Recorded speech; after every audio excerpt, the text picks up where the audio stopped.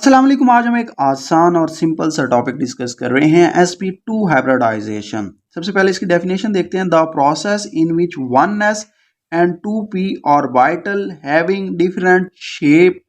अब ये s इस शेप का है पड़ा और p ऑर्बिटल इस शेप का है, तो इनकी शेप क्या हो गई? डिफरेंट शेप हो गई। एंड एनर्जी और एनर्जी भी इनकी क्या होगी? डिफरेंट होगी। मिक्स टूगेदर एक दूसरे के साथ मिलेंगे to form 3sp2 orbital. 3sp2 orbital बनाएंगे जिनकी शेप भी सेम होगी और एनर्जी भी सेम होगी। ऐसे ऑर्बिटल को हम कहते हैं sp2 हाइब्रिडाइजेशन। अब एग्जाम्पल के जरिए हम इसे प्रूव करते हैं। तो हम एग्जाम्पल यहाँ पे इथीन को डिस्कस करते हैं पढ़े। तो अगर मैं इलेक्ट्रॉनिक कन्फिग्रेशन ऑफ कार्बन करूँ C6, तो ग्राउंड स्टेट में 1s2 2s2 और 2px1 2py1। तो इसमें क्या थे? 6 इलेक्ट्रॉन थे, 2 4 5 6, और 2pz जो था वो क्या था? ऑर्बिटल एम्प्टी था। अब ये जो ऑर्बिटल बनाए गए हैं इनकी जो एनर्जी है वो बेसिकली क्या है? बड़ी डिफरेंट है। जो हमने ऊपर बात की थी having different shape and energy, कि वो डिफरेंट शेप और एनर्जी रखेंगे और मिक्स होंगे तो फिर उनकी शेप भी सेम हो जाएगी और एनर्जी भी सेम हो जाएगी। ठीक है, ये बात हमने प्रूव करनी है। अब एक्साइटेड स्टेट में जब इन्हें एनर्जी मिली तो क्या हुआ? 1s2 और 2s1, यहाँ से एक इलेक्ट्रॉन जंप किया और 2pz में चला गया। अब हाइब्रिडाइज स्टेट में क्या हुआ? हाइब्रिडाइज स्टेट में ये हुआ कि हमने कहा था 3sp2 ऑर्बिटल बनेंगे, तो उसमें 1s होगा और 2p ऑर्बिटल होंगे। 1s2 तो यहाँ से 2s, ये 1s ऑर्बिटल था, और 2px 2py ये 2p ऑर्बिटल थे। ये मिक्स टुगेदर हुए, एक दूसरे के साथ मिले, जिनकी शेप भी सेम है और एनर्जी भी सेम है। अब इन 1 2 3 इन तीन ऑर्बिटल को हमने कहा ये भी sp2 ऑर्बिटल है, ये भी sp2 ऑर्बिटल है, ये भी sp2 ऑर्बिटल है, और ये 2pz अनहाइब्रिडाइज्ड ऑर्बिटल है। ये तीनों जो ऑर्बिटल हैं पड़े, ये बेसिकली हाइब्रिडाइज्ड ऑर्बिटल हैं। वहीं जो हमने कहा 3sp2 ऑर्बिटल बनाएंगे, 1 2 3, ये 3sp2 ऑर्बिटल बना रहे हैं बड़े।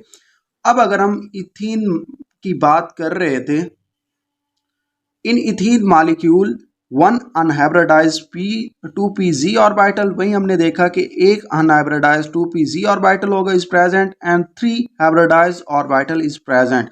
3 हाइब्रिडाइज जिनकी सेम शेप होगी और एनर्जी भी क्या होगी? सेम होगी।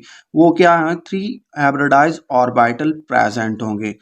और अगर मैं इसका स्ट्रक्चर बनाऊं तो इसका ट्राइंगुलर प्लेनर स्ट्रक्चर बनेगा। ये देखें, ये हमने ट्राइंगुलर प्लेनर बना, और ये जो रेड कलर का है ये बेसिकली 2pz अनहाइब्रिडाइज ऑर्बिटल है। पहले हमने क्या कहा था? 3 हाइब्रिडाइज ऑर्बिटल, 1 2 3, 1 2 3, ये 3 हाइब्रिडाइज ऑर्बिटल होंगे, और ये जो 2pz है ये अनहाइब्रिडाइज्ड ऑर्बिटल होगा।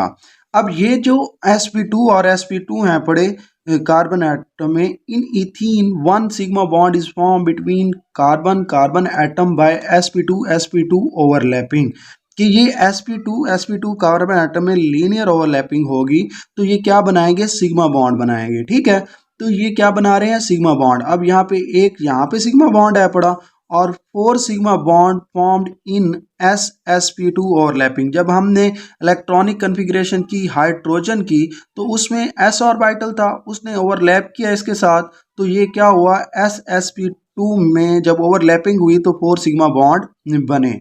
अब यहाँ पे जो 2pz ऑर्बिटल की हम बात कर रहे थे, ये बेसिकली पैरेलल ओवरलैपिंग करेगा यहाँ से यहाँ, और जब भी पैरेलल ओवरलैपिंग होगी तो क्या होता है? पाई बॉन्ड बनता है।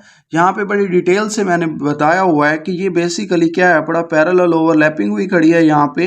ये वहीं जो 2pz ऑर्बिटल था इसकी पैरेलल ओवरलैपिंग हुई। 1 pi bond is formed by parallel overlapping of 2pz, के एक पाई बॉन्ड बना, जिसकी किस वजह से? By formed by the parallel overlapping of 2pz, parallel overlapping की वजह से ऑफ 2pz की। ठीक है, और अगर हम इसकी ज्योमेट्री की बात करें तो ज्योमेट्री इसकी है पड़ी ट्राई प्लानर, और अगर बॉन्ड एंगल की बात करें तो बॉन्ड एंगल इसका है पड़ा 120 डिग्री से। ठीक है, तो ये था आज का बहुत ही आसान और सिंपल सा टॉपिक sp2 हाइब्रिडाइजेशन, जिसमें हमने इथीन की एग्जाम्पल को बड़ी डिटेल से डिस्कस किया। अगर मैं इथीन यहाँ पे इसका नॉर्मल स्ट्रक्चर बना दूं तो कुछ इस तरीके से बनेगा इथीन का स्ट्रक्चर।